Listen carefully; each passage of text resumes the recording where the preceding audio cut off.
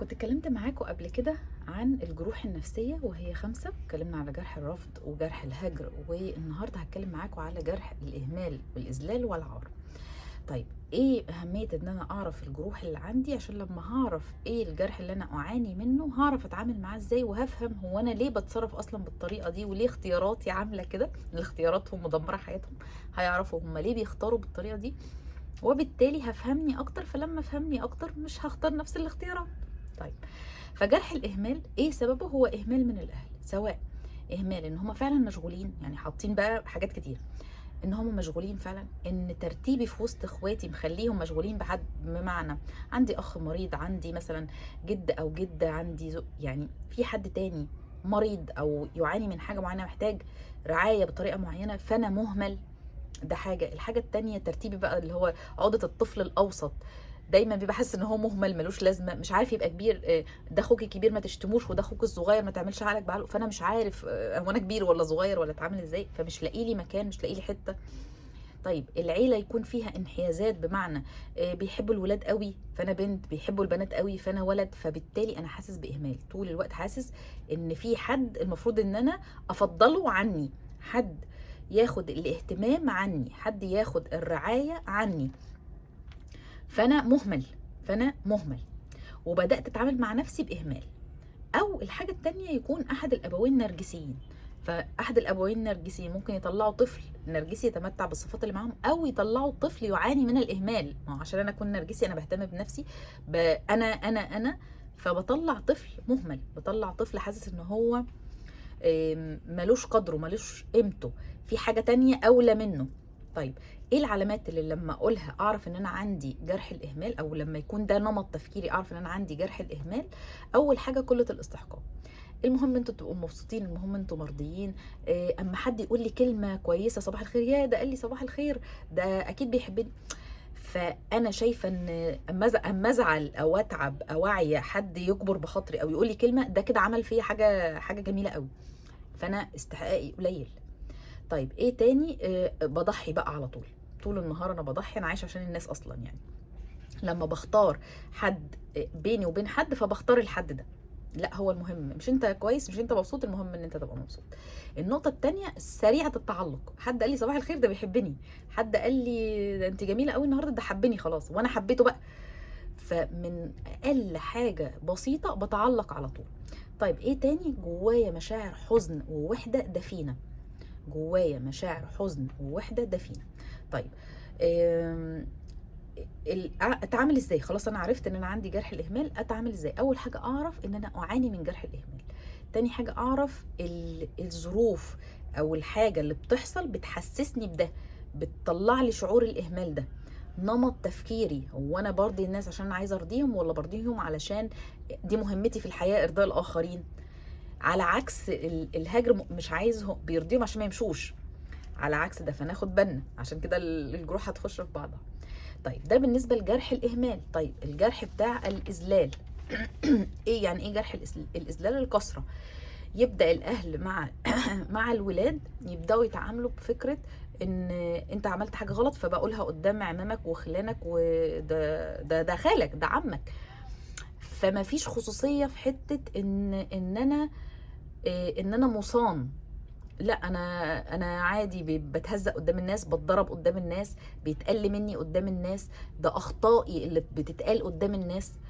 اما بعمل حاجه كويسه ما بتتقالش، اما بعمل حاجه وحشه هي اللي بتتقال. فانا محور القعده بالخطا اللي انا بعمله، فانا حاسس بالاذلال، حاسس ان انا بتذل على طول. طيب ايه تاني؟ او ايه إيه الحاجات برضو اللي بتسبب جرح الاذلال؟ هي فكره ما عنديش كرامه. إيه امشي مش عارفه إيه ده، ما انت اصلا كذا. فما بحافظش على كرامه ابني قدام الدايره البسيطه قوي اللي هي جدته، خلانه، عمامه، ما بحافظش عليه. فتعود ان هو يتعامل بدونيه شويه، يتعامل بمذله شويه. طيب ليه بيحصل كده؟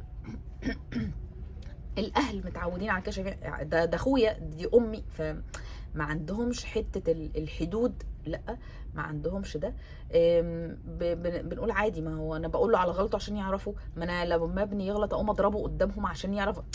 فمش واخد بالي ان انا بعلمه ان انت مهان، بعلمه ان انت مذلول. طيب ايه العلامات اللي تبقى موجوده فيا؟ فلما تبقى موجوده اعرف ان انا اعاني من جرح الاذلال. الخجل. الخجل، مش عايزه اقابل بقى حد، مش عايزه اظهر. ليه؟ لان انا جوايا انا في عار جوايا، في عار جوايا.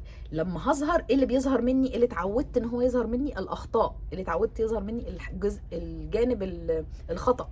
فمش عايزه فمش عايزه اظهر. طيب ايه كمان يقول لي ان انا عندي جرح الاذلال؟ هي فكره المثاليه الشديده. عايزه كل حاجه صح، عايزه كل حاجه مظبوطه، مش عايزه حاجه غلط خالص. فحرصي على المثاليه وان الحاجه تبقى مظبوطه، عشان انا كان اللي بيظهر مني الاخطاء.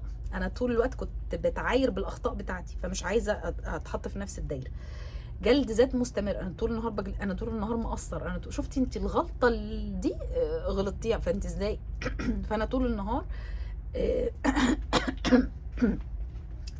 طول النهار مهان، وطول النهار بقل مني بجلد ذاتي. طيب الشعور الدائم بان انا حزينه، الشعور بالدائم بان انا مش كويسه، الشعور بالدائم بان انا لازم اعمل مجهود قوي، ولازم ادي كتير قوي عشان اللي قدامي يرضى بيا، عشان اللي قدامي يرضى، لان انا كمان بقيت شايفه العار اللي جوايا، فعشان اللي قدامي يرضى بيا. طيب كلمات كده او حاجات كده لما بتتركب مع بعض بتديني الجرح ده. زي ايه مثلا؟ لما اقول انا غلط، ده جرح العار، انا حاسس بعار، انا غلط. طيب انا مش مهم، ده جرح الاهمال. طيب انا قليل، ده جرح الاذلال. فلما احس ان انا قليل، مهما البس، مهما اتعلم، مهما اتقن حاجه معينه، انا حاسه ان انا قليل برضو.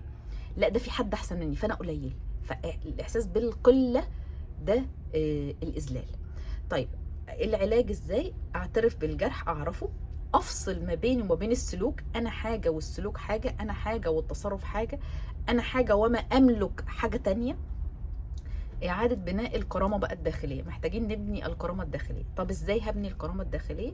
أول حاجة إن أنا هتكلم عن نفسي بالإيجابي، هتكلم ولغة جسدي. دايما الناس اللي حاسة بذل وعار تلاقوها عاملة كده، لا دايما أنا فارد ظهري، دايما رافع راسي، أنا دايما عامل كده، مش منحني، مش بوطي.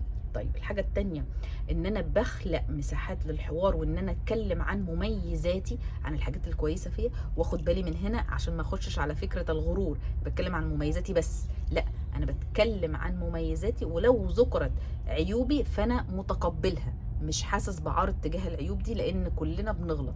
طيب ايه تاني؟ بتعلم اقول لا. هنا ببدا بقى احط في الحدود، بتعلم اقول لا، بتعلم احطني اولويه، بتعلم ان انا مهم واحتياجاتي مهمه، وعليا ان انا البيها اول حاجه. زي ما انا بسعى ان انا تلبيه احتياجات الاخرين، محتاجه انا البي احتياجاتي لنفسي.